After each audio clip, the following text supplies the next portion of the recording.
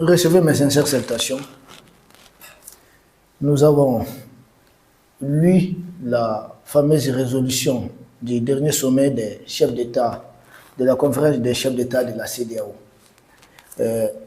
Nous remarquons d'entrée que la CEDEAO a décidé de faire marche arrière. Marche arrière, la CEDEAO a décidé de se plier. Quelles peuvent être les conséquences de cette marche arrière de la CEDEAO? Parce que nous avons vu que même l'argument avancé par la CEDEAO est un argument qui ne tient pas debout. Marche arrière, pourquoi? Parce que c'est la CEDEAO très tôt, sans vouloir écouter les autorités qui venaient de prendre le pouvoir au Niger, a décidé d'imposer, en tout cas, toutes les sanctions possibles. C'est-à-dire une guerre presque totale, ça ne restait que le volet militaire, sinon c'était politique, c'est économique, et puis entre autres. La CEDEAO avait exigé le retour sans délai de Bazoum au pouvoir et la libération de certains de ses membres du gouvernement. Est-ce que la CEDEAO a obtenu, les sanctions ont permis à la CEDEAO d'obtenir ça? La réponse est évidemment, c'est non.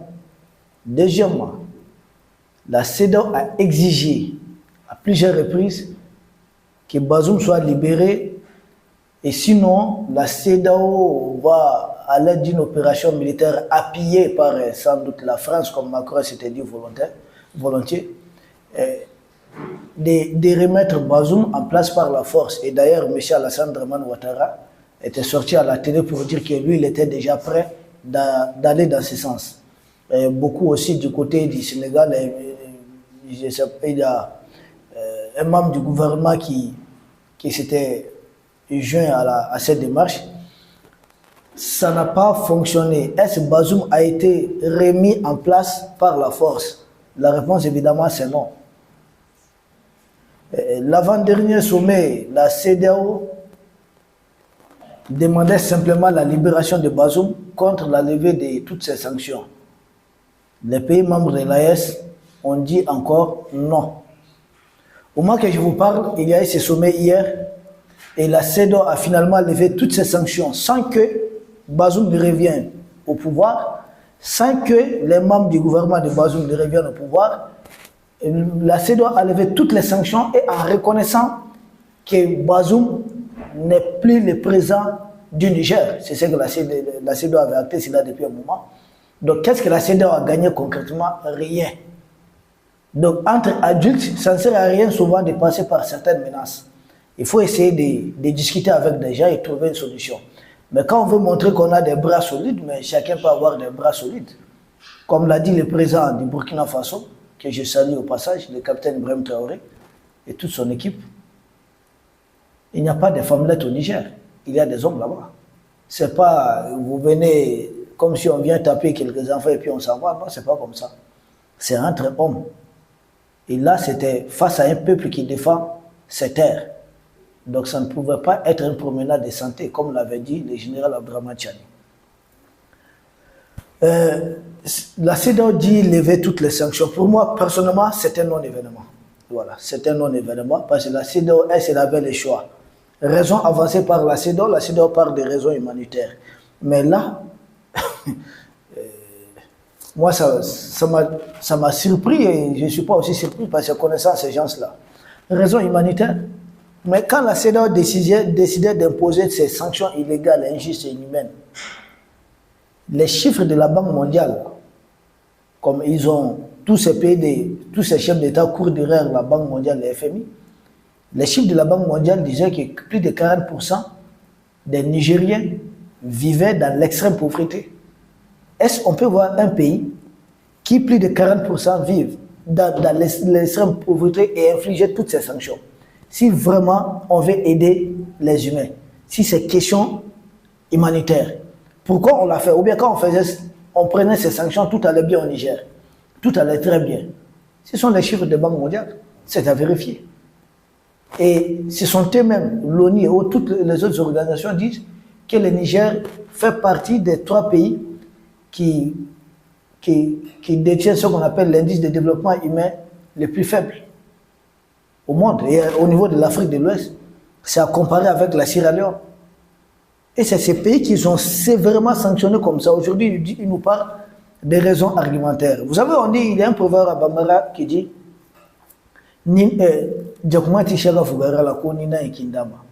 C'est-à-dire, les chats, souvent, il a du mal à avouer sa paresse, a du mal à avouer son échec et préfère dire peut-être que la souris l'a mordi au niveau de sa gueule. Et c'est ce qui se passe. On dit le pays est éprouvé par les sanctions, mais on savait que ces sanctions allaient causer au peuple du Niger. La CEDEAO doit apprendre à lutter contre les causes du coup d'État. Et là, nous conseillons à la CEDEAO de courir, aller vers Macky Sall, aller chez Ambalo. Chez Macky Sall, il y avait plus de 2000 Sénégalais qui étaient emprisonnés et qui étaient accusés du terrorisme tout simplement pour avoir manifesté. Chez Ambalo Sissoko, il y a tellement de personnalités qui se sont fait éliminer, qui se sont fait tirer dessus. Beaucoup de personnes disparaissent, se font blesser, se font kidnapper. On est dans une vraie dictature. Puisque son mentor, c'est Macky Sall, qui a armé les nervis. Ambalo Sissoko fait la même chose. Et au sommet de la CEDEAO, les chefs d'État assis, mais c'est des gens qui ont tellement de sang sur la main. On va parler de Kétinoubou, les messieurs qui est pris dans des sales affaires. On va nous parler de qui? Alassane Dramane Ouattara. Pardonnez, essayez peut-être de me donner dans les commentaires les bilans des catastrophes, des tragédies causées par M. Alassane Dramane Ouattara. Nous continuons. Les fameux présidents de la CEDEAO disent avoir levé les sanctions pour permettre une discussion avec les dirigeants de l'AES. Nous déconseillons au président de l'AES de vouloir tenter de revenir dans la CEDEAO. Ne le faites pas. Ça serait la plus grosse erreur de l'histoire, en tout cas, de notre siècle au niveau de l'Afrique de l'Ouest. Ne commettez pas cette erreur. Ne revenez pas dans ces machins qu'on appelle la CEDEAO. C'est à la CEDEAO, si elle se sent prête de quitter l'influence de la France, c'est à la CEDEAO de rejoindre l'AES et non l'inverse. Ce n'est pas à l'AES d'aller vers la CEDEAO. C'est à la CEDEAO de venir. Si communauté hier, on va construire une communauté propre à nous. Il ne faut pas commettre l'erreur. Revenir dans la CEDEAO suppose que la CEDEAO a accepté de dénoncer la France. La CEDEAO inclut dorénavant dans ses prérogatives l'expulsion de toutes les bases militaires de la France au niveau de l'Afrique de l'Ouest. Sans cela, ne revenez pas de la CEDEAO. Que la CEDEAO a accepté une monnaie qui ne soit contrôlée par aucune puissance extérieure. Que la CEDEAO a accepté de se débarrasser totalement des impérialistes. Une CEDEAO qui connaît des pays qui abritent des bases militaires françaises, pourquoi revenir dans une telle organisation? Une CEDEAO qui continue qui continue d'héberger une zone qui consomme encore de francs CFA, pourquoi revenir dedans? Ne revenez pas dans une telle organisation. On est parti, on continue le chemin. Essayons de voir qu'est-ce qu'il y a devant, quels sont les obstacles possibles, comment les surmonter. Parce que cette question de la CEDEAO, depuis longtemps, depuis les années 64, l'Occident a tout le temps voulu créer une organisation à lieu et place de l'AOF, Afrique occidentale française, pour contrôler les peuples d'Afrique. C'est-à-dire, au lieu d'aller en indépendance en tant qu'un seul État fédéral, ils nous ont morcelés. Ils nous ont divisés. Et après l'indépendance, ils veulent nous reprendre dans une sorte de communauté. En témoin, dans les années 64, le président du Libéria, Toumane, avec Houphouët-Boigny et autres, ont voulu créer une communauté, mais ça n'a pas marché parce que Sékou Touré devait être membre et lui, on connaît son combat panafricain, donc ça n'a pas fonctionné. C'est en 1975 que des militaires vont reprendre l'initiative à main, ils vont créer, et d'ailleurs, pour lever ces sanctions, il a fallu que le seul survivant des pères fondateurs de la CEDEAO, le général Yakubu du Nigeria, ordonne à ces patins qui sont venus après lui de lever toutes les sanctions, c'est-à-dire sans condition. Parce que lui, il sait pourquoi ils ont créé la CEDEAO. Il ne peut pas créer la CEDEAO que dans les années 90, la France retourne la CEDEAO et en fait un outil de démocratie. Il n'y est jamais dans les textes fondateurs de la CEDEAO, il ne figure nulle part le mot démocratie. Or, cette démocratie-là, comment la définir? Même au niveau de l'Occident, ça varie d'un pays à un autre. Donc, il a très bien fait. Les seuls survivants des pères fondateurs de la CEDEAO, c'est leur chose, comme le disait Damimba.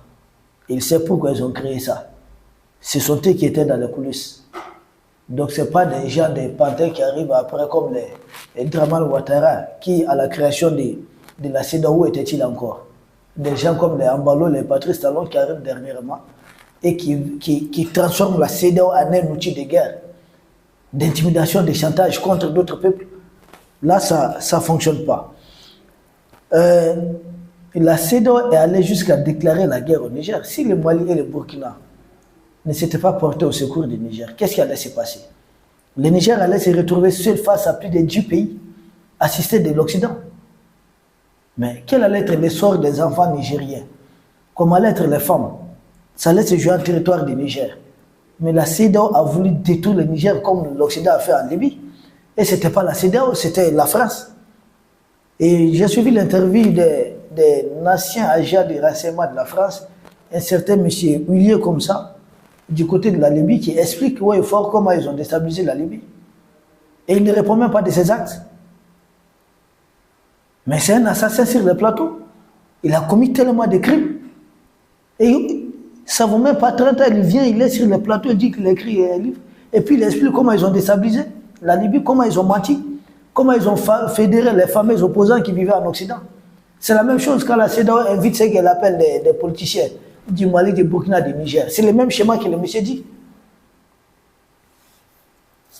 Et la CEDEAO ne dispose d'aucune, aujourd'hui, en levant ces fameuses sanctions, elle ne dispose ni de crédibilité, ni des moyens financiers ou une autre, en tout cas, une autre pression contre les États de l'AES. C'est fini pour la CEDEAO.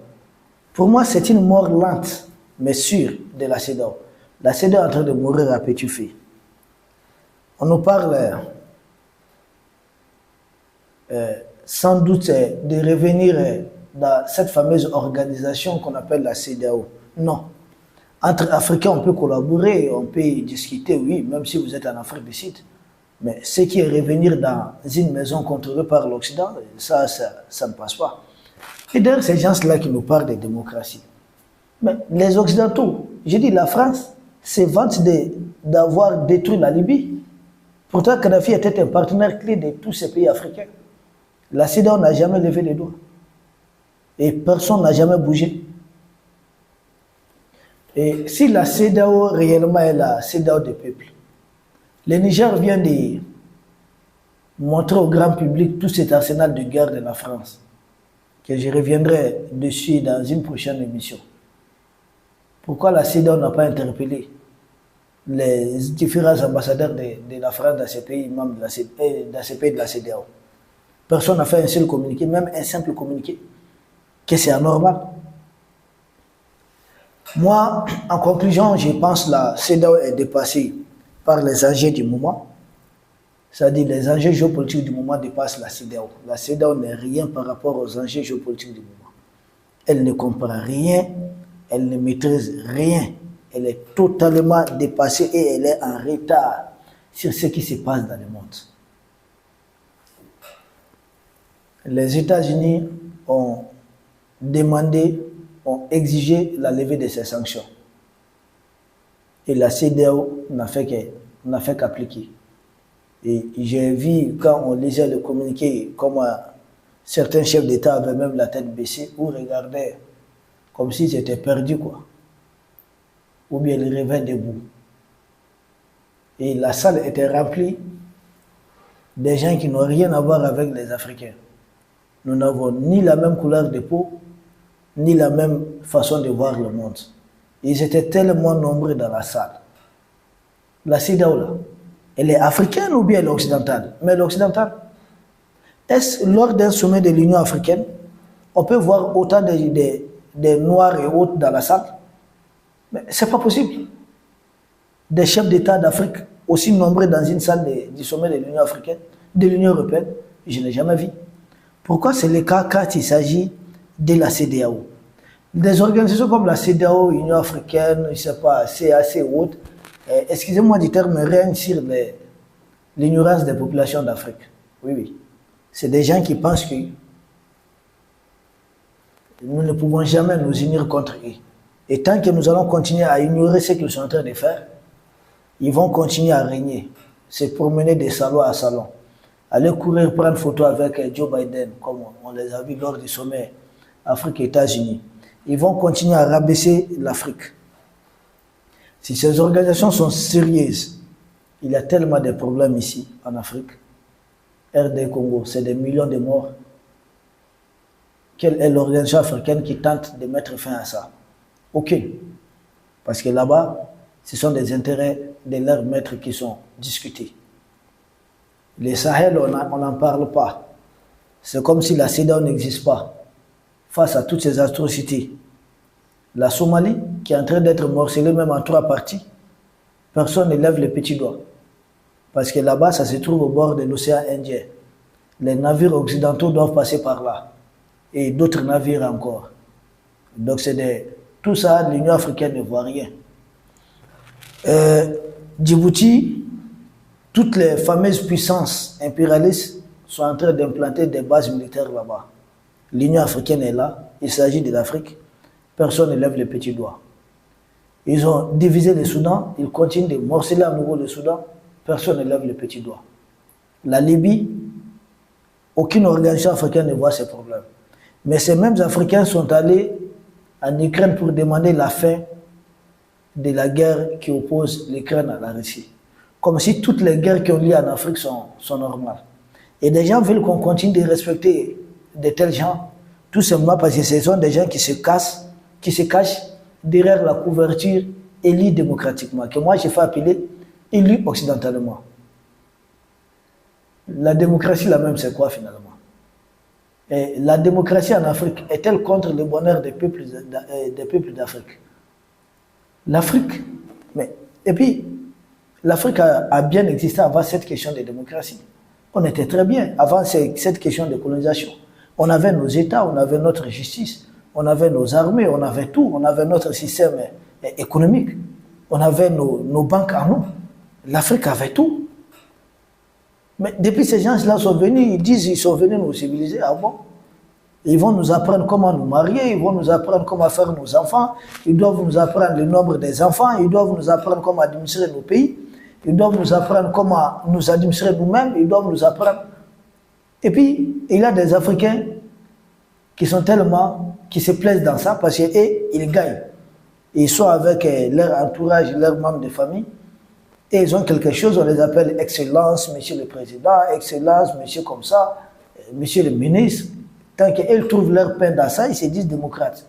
Et ils disent vouloir faire la guerre à tout pays africain qui ne doit pas accepter ces modes de gouvernance exigés par les maîtres occidentaux. Quand est-ce que les vrais Africains prendront le contrôle des États africains pour mettre fin, pour arrêter d'abord cette hémorragie, mettre fin à cette histoire? Parce que la plus grosse erreur en Afrique, c'est de dire que ceux qui ont fait les plus longues études sont les plus intelligents. Mais c'est la plus grosse erreur. Vous pouvez faire, je ne sais pas, décrocher votre doctorat, décrocher quoi après, et ne pas avoir le niveau du paysan qui est dans son village, qui est dans un village. Il peut être plus sage que vous. Oui, vous êtes un diplômé, oui, d'accord, un diplômé dans ce qu'on vous a enseigné. Mais pas un diplômé dans le bon fonctionnement pour la libération de l'Afrique. Vous êtes diplômé dans les domaines que le colon vous a enseigné. Vous êtes diplômé dans les secteurs. Le colon vous dit quoi? Vous êtes expert en politique. Il vous dit quoi? Vous êtes diplômé en quoi? Hydraulique. Attends, il y a un domaine, ou bien on vous dit quoi? Expert en droit, en géopolitique, des trucs comme ça, des titres farfelus que des Africains se prennent et se bombent le torse et se croient supérieurs à leurs frères qui sont dans les villages. C'est pas vrai. C'est du mensonge. Nos grands empereurs, tels que les Shaka Zulu, les Sundiata, des puissants rois comme les Béanzins ou autres, ce pas des gens qui avaient des doctorats quand même. Shaka Zulu avait quel doctorat? Sundiata. Il avait quel diplôme? Mais on peut ne pas l'aimer, Kankou Moussa, parce que s'il y a de plusieurs controverses, mais Kankou Moussa, il reste l'homme le plus riche du monde. Mais pourtant, il a été dans quelle école occidentale? Il a été faire économie là-bas pour apprendre comment gérer son or bien haute. Et c'est ce qu'il allait apprendre là-bas? Non. Mais c'est des gens comme nous, des gens hyper intelligents. Pourquoi nous allons continuer à nous soumettre à la volonté du maître? Le maître veut cette école pour nous et il dit que nous avons notre intérêt dans cette école. Mais depuis que nous avons été à leur école, nous ne sommes pas nous-mêmes. Depuis que nous avons été à leur école, nous ne faisons que perdre notre valeur. Depuis que nous avons été à leur école, nous sommes devenus des chauves-souris. C'est-à-dire quoi? Nous ne sommes ni les colons, nous ne sommes pas comme eux, et nous ne sommes pas nous-mêmes. Nous devenons comme des chauves-souris. C'est-à-dire nous ne sommes ni oiseaux, ni souris. Et dans ça, nous continuons dans ce complexe. Il faut investir dans l'éducation africaine ou l'éducation occidentale. Il faudrait revoir toutes les écoles africaines. Il faudrait revoir les programmes de formation des enfants africains. Comme le disait Guy Turilien d'Abal d'Or. Si c'est aller à leur école pour être un monsieur de la ville, un monsieur comme il faut, c'est-à-dire un monsieur comme le veulent les colons, mais ce n'est pas la peine d'aller à l'école. Il faut aller à l'école pour aider ces prochains qui sont restés au village à s'épanouir et à s'émanciper. Il faut aller à leur école pour apprendre à devenir aussi la première puissance du monde. Et non pas pour garantir à l'Occident sa suprématie et garantir aux Africains la misère. Si c'est pour de telles raisons que les enfants africains doivent aller à l'école, là vraiment, ce n'est pas la peine. Chers peuples d'Afrique, ce qu'il faudra retenir de cette sortie de la CEDEAO, c'est-à-dire quand je parle de la sortie des conclusions du dernier sommet, il faudra tout simplement retenir que la CEDEAO a échoué. C'est un échec, c'est la honte totale. Si la CEDEAO avait honte quand même. Deuxièmement, si c'est pour faire revenir les pays membres de l'AES, nous demandons aux chefs d'État de l'AES, d'ailleurs, nous leur conseillons d'organiser déjà un sommet entre eux. Parce que la CEDEAO doit envoyer des émissaires. Et les émissaires vont les démarcher individuellement. Parce que la CEDEAO ne reconnaît pas l'AES. Donc ne doit pas demander un sommet CEDEAO-AES. Donc la CEDEAO va les démarcher individuellement. Nous leur conseillons d'harmoniser leurs positions et afin de les recevoir de façon individuelle. Ou de dire à la CEDEAO de venir, les émissaires seront face bien sûr aux 3 chefs d'État ou aux délégations bien sûr des 3 pays. Donc il ne faut pas permettre à la CEDEAO de démarcher ses dirigeants de façon individuelle. Et là, il serait question pour ces chefs d'État d'imposer de façon unanime leur vision à la CEDEAO. La CEDEAO viendra et de telles rencontres, ça se prépare. Il faut prendre les taureaux par le cornes, anticiper déjà, et pour boucler cette question de la CEDEAO, voir quelle peut-être collaboration, quel cadre on peut avoir dans le futur en tant qu'Africains entre nous. Mais il faudrait se projeter. L'AES doit s'élargir, ça ne doit pas se limiter à ces 3 pays, mais il faudrait faire attention de ne pas aussi faire introduire dans l'AES des pays qui vont nous piéger, des pays qui viendront pour nous infiltrer. Donc il faudra avoir des critères drastiques pour adhérer à l'AES. Il faut se projeter dans le futur, indépendance énergétique, indépendance souveraineté monétaire et d'autres questions. Il y a des urgences. Parce que cette question de la CEDEAO, pour moi, c'est une façon de faire perdre l'État aux pays membres de l'AES. À nous de savoir où est-ce que nous voulons aller, quand est-ce que nous voulons aller et comment est-ce que nous voulons aller. Décider, fixer vite un calendrier et puis on avance très rapidement. Si la CEDEAO vient et désigner des gens qui doivent les rencontrer et puis on avance. Parce que dans tout ça, les chiens aboient, la caravane passe. Nous vous remercions, chers peuples d'Afrique, et nous allons nous retrouver très bientôt pour parler bien sûr de cette tentative d'agression qui a eu lieu du côté du Niger. Nous vous remercions. Merci bien.